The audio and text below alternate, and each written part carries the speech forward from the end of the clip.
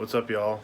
I wanted to try doing something different this time around when it comes to just like doing a collaboration with Andrew. I thought I would kind of go behind the scenes with my setup, what I do to prep a session, my whole kind of rundown of what I need to do when I do a collaboration with Andrew or really anybody else.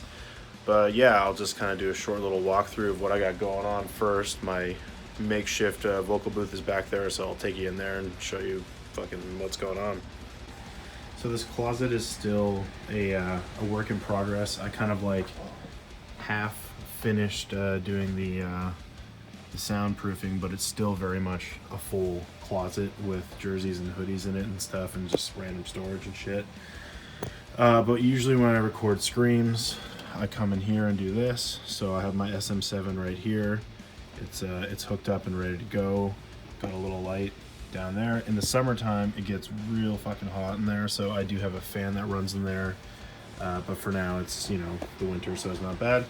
So I have this running all the way to my super awesome and high-tech Line 6 UX1 interface from fucking 2008. I've never changed it. I know some people are going to be like, what the fuck are you doing? But I've had it ever since. And I got a big old long cord for my headphones so I can actually run to the closet, because right now I have to run back and forth from here until I finish building it. I plan on having a third monitor set up in there with an actual wireless keyboard and mouse, so that I can actually do my quick edits from the closet instead of coming in and out all the time. But for now, this is what I have to do. So next up, I'll take you through what I'm doing within Reaper for my Reaper session. And then I'll show you the files that I have to use and go through for this collab in particular. It is the top 10 breakdowns of 2020. So the problems that will come up with that is we're doing 10 different songs. There's different tempos. Have to import a tempo map, make sure everything lines up. And I'll show you how I usually do a video like this in terms of like referencing the original material and stuff like that. So for all of my covers and for anything I do in terms of recording vocals and really instrumentals, anything, is I always have a template session created so that I can just hop right into whatever I'm doing and I don't have to fuck around and make my whole template or make my whole session up from scratch. So this is my vocal one for screaming in particular. So I have my main vocal here with multiple vocal takes here so that I can calm stuff as I go. And then as I go down, there's one for Andrew here that was for old Carcosa stuff. There's layer tracks as well, so I'm pretty big on layering a lot of my screams to make them sound really huge. So I have multiple, I have 1, 2, 3, like pretty much 4, and then I have some special vocal effects tracks down there for like reverse vocal swells and stuff. But yeah, so I always have them panned according to what I want. So like my first one here, I believe I have it panned 44% to the left and then the right, and then it kind of just goes down as or it goes more wide as I go down, so 62%, and then that one's 85. So usually the 85 one, about as far as I'll go, maybe 90. I use that for like big parts of a song if there's a call out, or I find layering your lows with a wider picture for audio is fucking awesome. It makes it sound huge. So yeah, I've asked Andrew to prep me a MIDI file that has the tempo track embedded so that I don't have to do it all by hand, which would suck. He does have like a spread out folder with all of the tempo changes and stuff and time markers where the vocals come in. But it was definitely nice of him to just prep this for me so that I don't have to do everything by hand via the guide track and stuff. So I literally just have this MIDI file here that I'm going to drag in at the bottom of my session. Import all the MIDI and the markers, and there we go. All of the markers are set and they're ready to go with all of the songs and everything. So all I literally have to do is drop in the guide track, and then I'm ready to go after that. So I'll do that next. I always have these separated, so the instrumental is here, which will be the one that I'm using for the actual vocals, and then the guide track is what I'll be referencing for where I'm going. So the guide should just plop right in like this. There we go. I think the guide is missing one of the songs, so that's okay. The instrumental will go in right underneath. Sick. And we're set to go. Everything's to the grid. Everything is lined up. All I gotta do is start tracking, pretty much. So like I was saying before, Andrew has this spreadsheet here for me to reference. A lot of these songs I helped him pick, and I already know most of them, which is great, so I won't have to reference too many of the lyrics. But for some of them, like especially some of the new ones here, like Bleeding Sun, I'm not super familiar with. I don't listen to a lot of Alpha Wolf, so I'll have to reference this one as well, although I'm pretty sure it's just literally that call out right there. So this is a nice guide to work off of. He has the tunings here, that's all for himself, but this will definitely help me out as I go along, so I'm just going to kind of tick my way through these as I go. So some of you are going to be like, what in the fucking hell are you doing and why do you do this? But I always use my pod farm to monitor my vocals, so that I have a direct mix chain of something that I can hear what I'm doing properly, instead of just having a raw tone where I can't hear myself. So like I just have a gate, I have Vintage UK, which is like a distortion compressor, 4-band EQ, an actual compressor. The volume thing is kind of redundant, I don't use it. There isn't a delay here that I also don't use, and then a byte room delay or reverb that's at 0%. So there's a lot of shit on here that I just straight up don't fucking use. But yeah, so I just like being able to hear myself properly, instead of just going raw. I don't know how people do that, it's crazy. So yeah, I just set the channel to B, which is the bottom one here. I mute the A channel, and then I can set the record tone to be exactly what is inside of my pod form, but for this I always do a dry input and a dry output, dry input, so that Reaper just gets my DI, and then I do all of the after and post within Reaper, instead of relying on everything in here and having to, you know, work some magic in the actual DAW. So some of you might think that's fucking stupid, but that's just always how I've worked, and yeah. So I'm going to start combing through this session now and make sure I know exactly what I'm doing. I'm going to make sure my levels are all set. It's going to be weird for some of these songs, I know, because they're going to bleed right into each other, so I might have to do some lyric finagling to make all of the tracks line up how they need to. But who knows?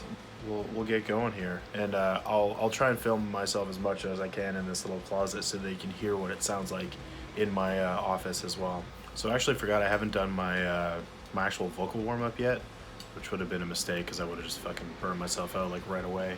So I'm gonna do my little warm-up thing while I just take a quick listen through the guide track, and yeah, get ready to go.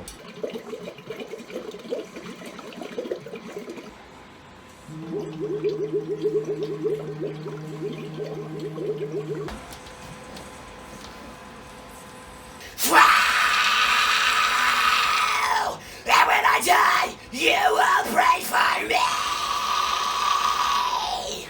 That's when I learned to cut my ties.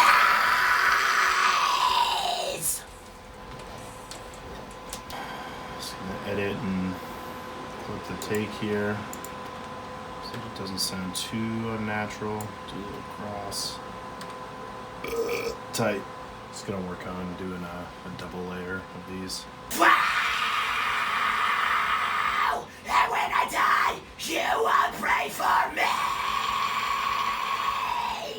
That's when I learned to cut my ties. Right when I die, you will pray for me. That's when I learned to cut my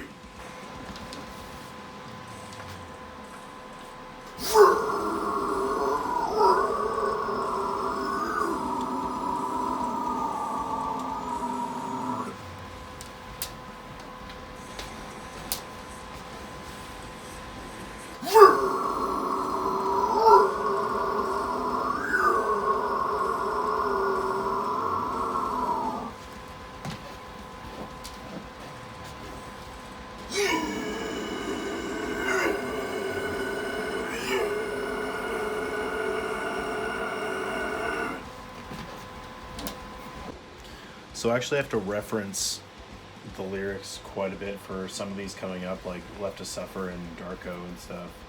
So I can't really film a whole bunch of it, so you're gonna have to just wait for the ones that I do know, I guess.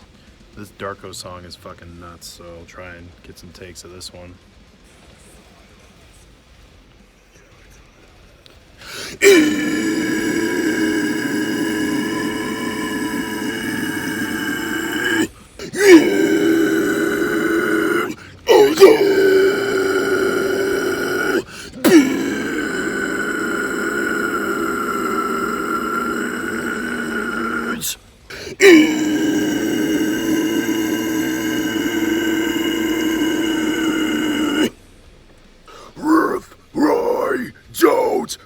Believe in myself. Why would anyone else? If I don't believe in myself.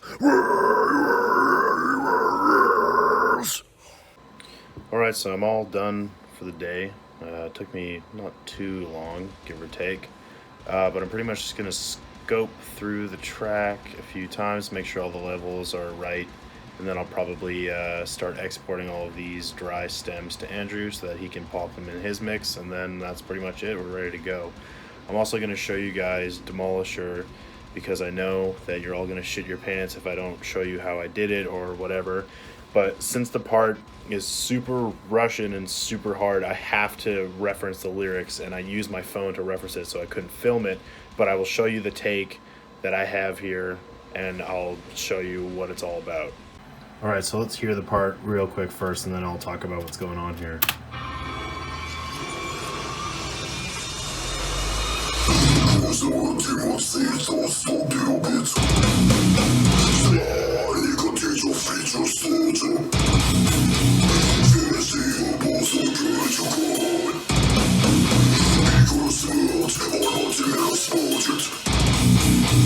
Alright, so that's the part. It's super short. This is actually the second time I'm doing this because I did a full cover of this song a while ago when it dropped.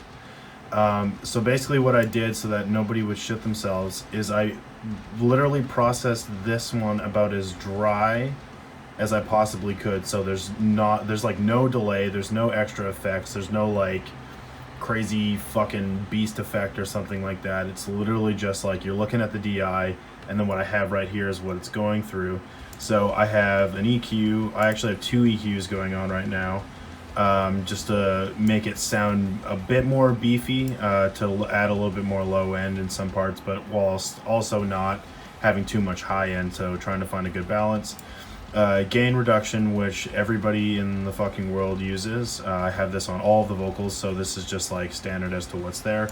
And then I have the side widener, which basically just makes it sound wider. It's already stereo tracked, but I make it sound even bigger so that, you know, the part comes across as, you know, fucking as huge as I can possibly make it. That's pretty much it for that. There's no fucking trickery. There's no pitch correct. There's nothing. Like, I'll even show you in here. There's nothing ready to go. There's nothing armed. There's literally just straight vocals, and that's it for that part. Yeah. And yeah, that's pretty much it for this video. I hope it was kind of interesting or somewhat interesting to some of you. If you want me to do this more often, I can. I collaborate with Andrew all the time. So be sure to go over to his channel and check the video out. And yeah, that's it. I'll see you next time. Enjoy the breakdowns.